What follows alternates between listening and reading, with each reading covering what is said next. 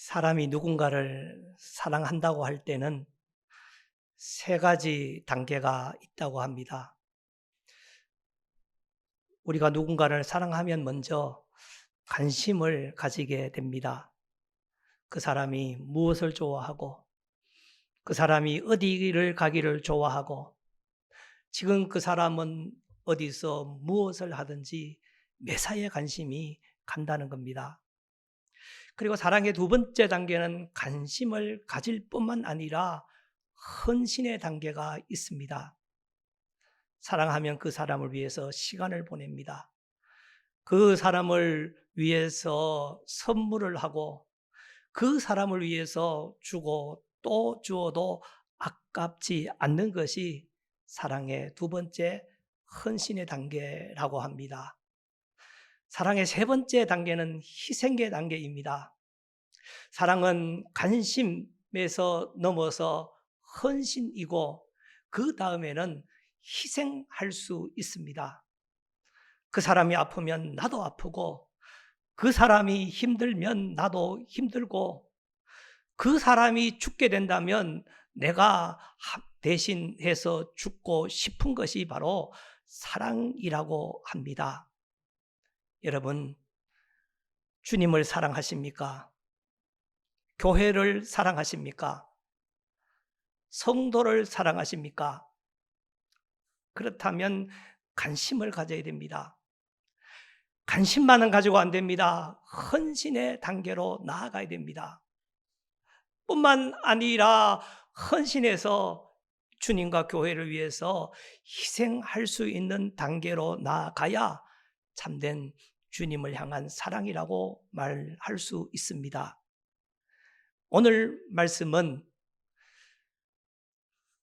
하나님께서 우리에게 주어진 교회의 사명, 이 복음의 사명을 언약궤가 실어진 그 수레를 끌고 벳세메스로 향하여 가는 소들을 향하여 주님은 말씀하고 계십니다.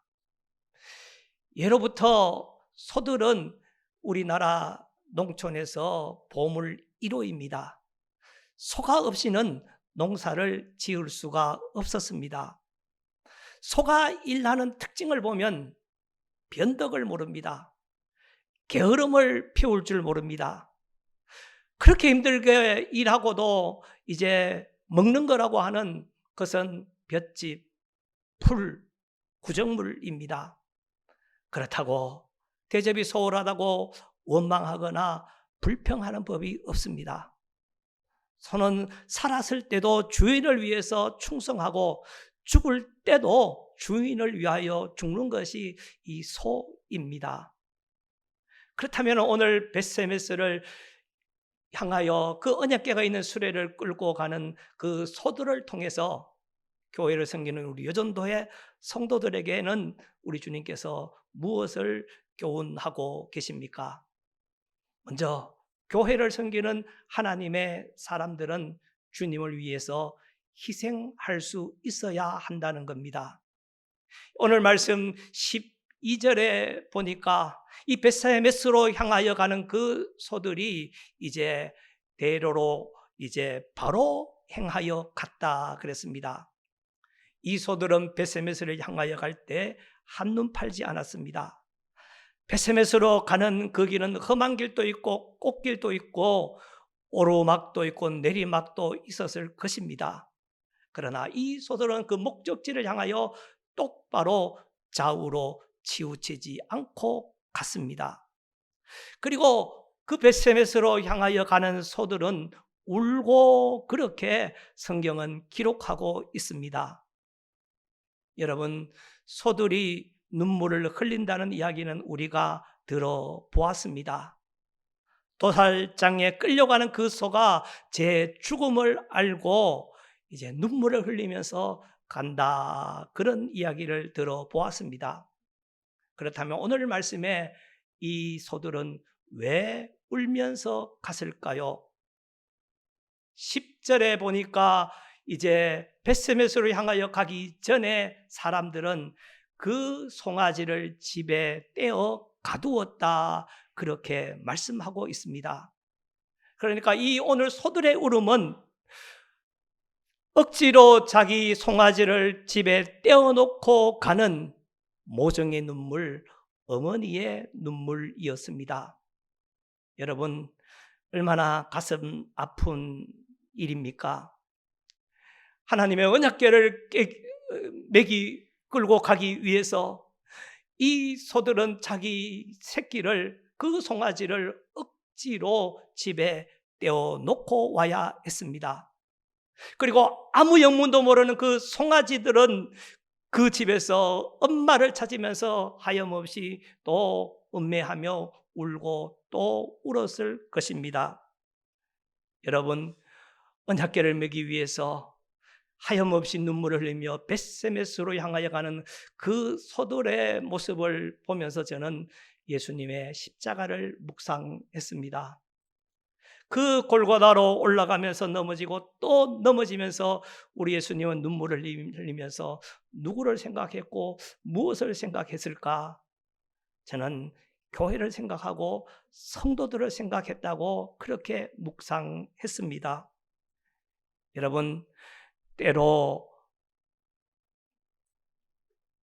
주님의 교회를 섬기는 이 사명은 그 송아지를 억지로 떼어놓고 걸어가야 하는 눈물의 길일 수가 있습니다. 교회를 섬기는 우리의 길은 정말 힘들고 어려운 사명의 길, 헌신의 길일 수 있고 희생의 길일 수가 있습니다. 그런데 우리가 주님을 위해서, 교회를 위해서 헌신하고 희생할 때만이 온전한 하나님의 자녀가 될 수 있습니다. 하나님은 그 독생자를 그 속에서 내어버리고 포기하셨습니다. 아브라함은 그 독자 이삭을 포기했습니다. 베드로는 배와 그물을 다 버렸습니다. 하나님께서 그 독생자 예수를 버렸을 때에 온 땅에 구원의 백성이 일어나고 교회가 일어났습니다. 아브라함이 그 독자를 포기했을 때에 수많은 믿음의 자손들이 일어났습니다. 베드로가 그 배와 그물을 버렸을 때에 그는 사람 낚는 어부가 되었습니다. 여러분, 오늘 우리가 신앙생활하고 교회생활 또한 섬김의 생활을 하는데 우리의 신앙생활의 가장 큰 연약함은 무엇입니까? 오늘의 우리 신앙생활 가운데는 감격이 없고 감동을 잃어버렸습니다. 어떻게 이렇게 예수 그리스도의 십자가의 복음을 품고 살아가는데 왜 감격이 없고 감동이 없을까요?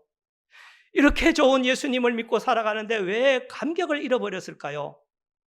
이렇게 좋은 하나님의 교회를 섬기고 예배하며 살아가는데 왜 우리 안에 감동이 사라지고 감격이 사라져 버렸을까요? 주님을 위한 희생이 없기 때문입니다. 목사가 되고 나서 이 목사 때문에, 이 직분 때문에 감격하고 감동했던 사실이 있었는가 생각해 보니 많이 생각이 나지 않았습니다. 정말 이 사명이 너무 감사하고 너무 감격하여 눈물을 흘려본 적이 있는가, 그것을 생각해 보니 많지가 않았습니다. 그런데 딱 하나 아직까지 기억나는 사건 하나가 있습니다. 20여 년 전에 그 서울에서 부목사 때 청년들을 지도했었습니다. 여름에 수련회를 가는데 농촌 선교로 가기로 했습니다. 저희 그 시골 경북 영주 그 시골 마을 바로 이웃 동네는 교회가 없습니다. 그래서 그곳에 청년들 데리고 가서 선교해야 되겠다, 그렇게 하고 마음 먹고 이제 농촌 선교를 떠났습니다. 이제 그 더운 여름에 농촌 선교를 하는데 다르게 하는 것이 아니라 그 시골 어른들이 고추 농사를 짓는데 고추를 따주면서 전도하기로 했습니다. 그 청년들을 그 뜨거운 여름날에 고추밭에 데려다 주면서 말했습니다. 고추는 빨간 것만 따면 된다, 빨간색만 따면 된다, 그렇게 이제 일러주고 고추밭에 내려놓았습니다. 그런데 이 청년들이 정말 빨간 고추만 잘 딸 줄 알았는데, 고추를 따면서 이 청년들이 그 시골 할아버지 할머니들에게 찬양을 가르쳐 주는 겁니다.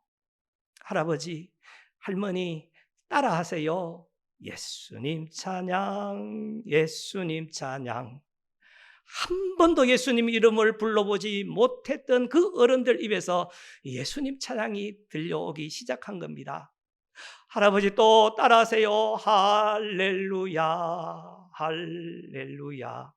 예수님 찬양합시다. 이 찬양이 들려지는 겁니다. 그리고 점심시간에는 할아버지 할머니 우리 기도하고 밥 먹어요. 그리고 그 고추밭에서 시골 어른들과 함께 기도하고 식사를 하는 겁니다. 그 다음날 또 고추밭에 청년들을 데려다 놓았습니다. 그랬더니 이제 둘째 날은 애법 그 예수님 찬양 소리가 잘 들립니다. 또 세 번째 날 고추밭에 그 청년들을 데려다 놓았더니 세 번째 날은 아예 부흥회처럼 구렁마다 밤마다 예수님 찬양 소리가 울려 퍼졌고, 예수님 찬양하다가 어떤 할아버지는 나는 이것보다 더 좋은 찬양 안다고 어릴 때 교회 학교 다닐 때에 배웠는 노래가 있는데 참 아름다워라 주님의 세계는, 이런 찬양을 하는 겁니다. 3박 4일 동안 청년들과 저는 그 선교 활동에 모든 것을 쏟아 놓았습니다.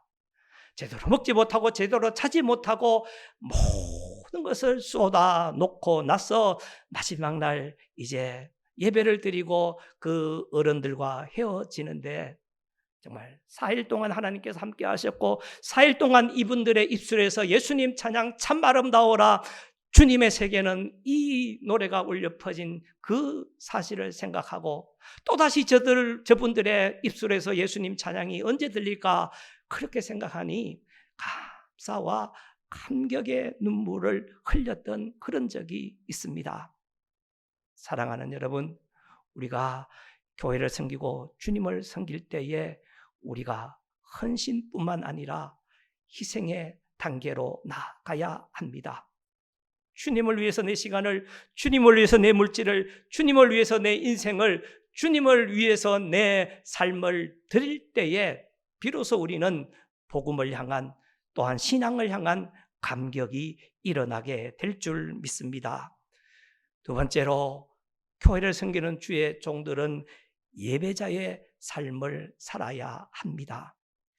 오늘 이 벳세메스로 향하여 가는 그 소들은 끝까지 그 길을 갖고 목적지에 무사히 도착했습니다. 얼마나 힘들었겠습니까? 얼마나 피곤했겠습니까? 그런데 그 목적지에 안전하게 그리고 잘 도착했던 이 소들은 어떻게 되었습니까? 14절에 보니까 무리가 수레의 나무를 패고 그 암소들을 번제물로 여호와께 드리고 그랬습니다. 끝까지 벳세메스를 향하여 그 목적지로 잘 갔다면 정말 사람들이 붉은 카페트를 깔아놓고 박수치며 빵빠레를 부르며 정말 축하의 그 박수를 올려줘도 마땅치 않는데, 어떻게 그 암소들을 잡아 하나님께 번제물을 드릴 수가 있겠습니까? 세상에 이런 경우가 어디 있습니까? 세상에 이렇게 인정사정 없는 사람들이 어디 있고, 세상에 이렇게 못된 주인이 어디 있습니까? 그렇게 힘들게 벳세메스를 향하여 갔다면 먹을 것이라도 제대로 주고, 또한 그 시원한 그들나무에 시계라도 해주어야지 그것으로 번제를 드리다니 말이 됩니까? 근데 보니까요, 우리 예수님의 인생이 그랬습니다. 이 땅에 동정녀의 몸으로 태어나서 단 하루도 쉴 틈이 없었습니다. 자신을 위해서는 아무것도 하지 않았습니다. 오직 태어나는 그날부터 끝까지 십자가를 하여 그 한 길을 갔습니다. 낮에는 그 연약한 자들을 고치시고 싸매시고 천국 복음을 전파하시고 또한 하나님의 말씀을 가르치셨습니다. 그리고 밤에는 잠도 주무시지 않고 그 제자들을 위해서 또한 성도들을 위해서 우리 주님은 기도하셨습니다. 그런데 그렇게 산 결과는 무엇입니까? 수많은 사람들에게 버림받고 제자들에게 배신당하고 세상의 모든 죄는 다 덮어쓰고 십자가 위에서 죽으셨습니다. 그리고 그 십자가에서 화목 제물로 우리 주님은 드려졌습니다.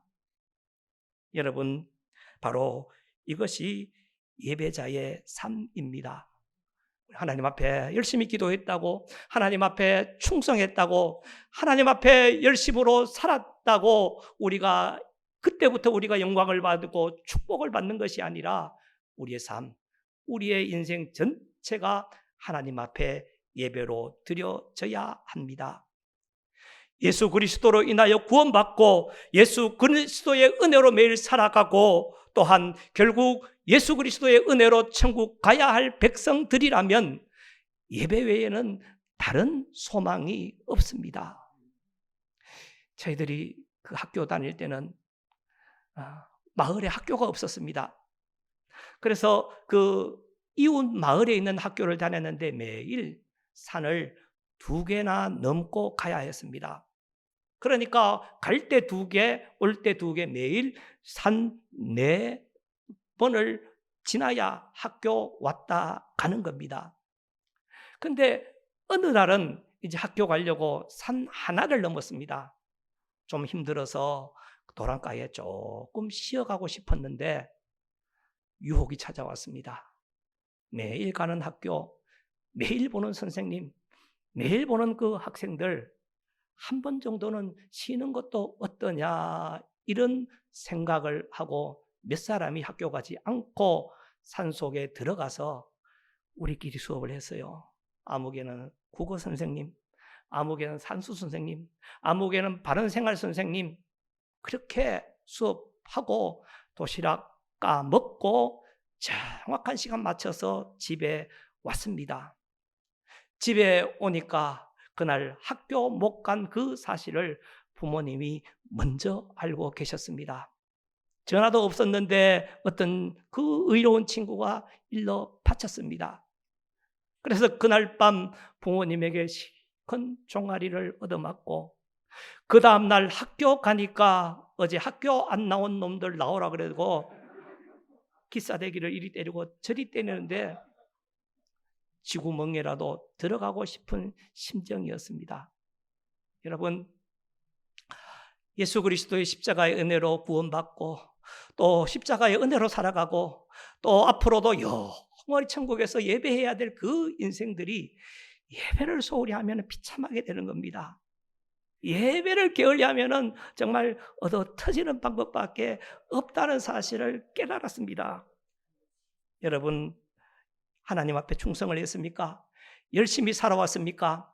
하나님 앞에 우리 자신이 철저히 죽어지는 산 예배자가 될 때에 하나님은 여러분을 통해서 영광을 받으시게 될 것입니다. 그리고 우리에게 주어진 사명은 내 몸으로 감당하는 겁니다. 오늘 소들은 그 자기 몸으로 그 목적지를 향하여 갔습니다. 가다가 힘들 때 쉬고 싶었을 겁니다. 힘들 때 주저앉고 싶을 때도 있었을 겁니다. 때로는 다른 소들을 바꾸어 맸으면 좋았을 걸 이런 어떤 바람도 있었을 것입니다.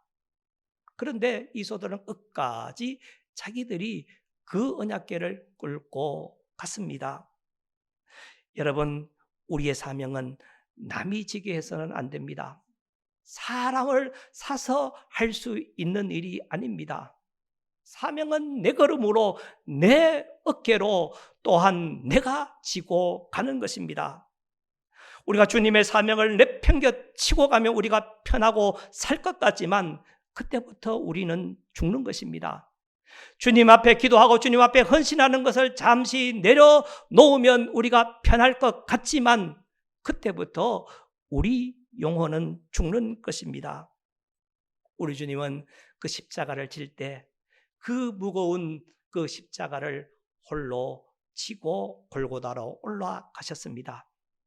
올라가다가 이렇게 넘어지고 저렇게 넘어지고 이렇게 쓰러지고 저렇게 쓰러지며 그 골고다를 향하여 가셨습니다. 그러다가 예수님이 쓰러졌을 때에 사람들은 구레네 사람 시몬에게 그 십자가를 대신 지게 했습니다. 여러분, 그 당시 그 똑똑한 바리새인들은 어디 가고 그렇게 말 잘하는 제자들은 어디 가고 저 아프리카에서 온 구레네 사람 시몬이 예수님의 십자가를 대신 졌단 말입니까? 여기에는 깊은 뜻이 있습니다. 오고 오는 세대를 통하여 주님의 교회, 주님의 십자가는 잘난 사람, 똑똑한 사람을 통하여 지는 것이 아니라 우리처럼 평범한 사람들을 통해서 지는 것이 하나님의 뜻이기 때문입니다. 예수님은 우리를 향하여 말씀하십니다. 누가 이 힘든 나의 십자가를 대신 지겠느냐? 오늘 땅에 병 들어가는 교회를 위해서 누가 기도하겠느냐? 오늘 이 정말 세속화에 물들어가는 이 교회를 위해서 누가 내 앞에 나와서 눈물로 기도하겠는가? 누가 이 교회의 담임 목사님의 동역자가 되어서 함께 주의 사명을 감당하겠는가? 이렇게 물으실 때 하나님, 나는 전에 많이 했습니다. 나는 이제 나이가 많아 못합니다. 우리 집에는 가족이 반대해서 안 됩니다. 이렇게 하나님 앞에 대답하실 것입니까? 아닙니다. 이제 모든 영광은 주님 받으십시오. 주님의 남아있는 그 십자가는 내가 대신 지고 가겠습니다. 저를 사용해 주십시오. 그리고 저를 이끌어 주십시오. 이렇게 기도하고 결단하는 성도들이 되시기 바랍니다. 원앙소리라고 하는 옛날에 다큐멘터리 그 영화가 있었습니다. 저 봉화에 소와 그 소의 주인 할아버지를 대상으로 이제 나왔던 영화인데 지금은 그 소도 죽었고 그 할아버지도 돌아가셨습니다. 그 영화 속에서 그 할아버지가 이런 말씀을 하셨습니다.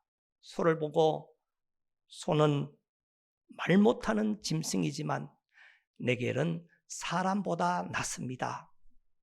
사람은 나에게 가끔 마음을 주었지만 소는 나에게 전부를 주었습니다. 이렇게 할아버지가 말씀하는 것을 들어보았습니다. 여러분, 우리가 주님을 향한 그 헌신과 희생과 결단이 한 마리 소보다 못해서는 되겠습니까?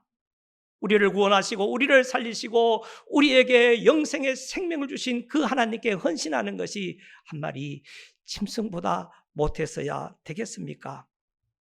주님, 소뿐만 아니라 나도 내 인생 전부를 하나님께 드리겠습니다. 이 기도, 이 고백, 이 결단이 우리 양산 동성교회, 우리 여전도회 모든 성도들, 모든 주의 종들의 고백이 되시기를 주님의 이름으로 축원을 드립니다.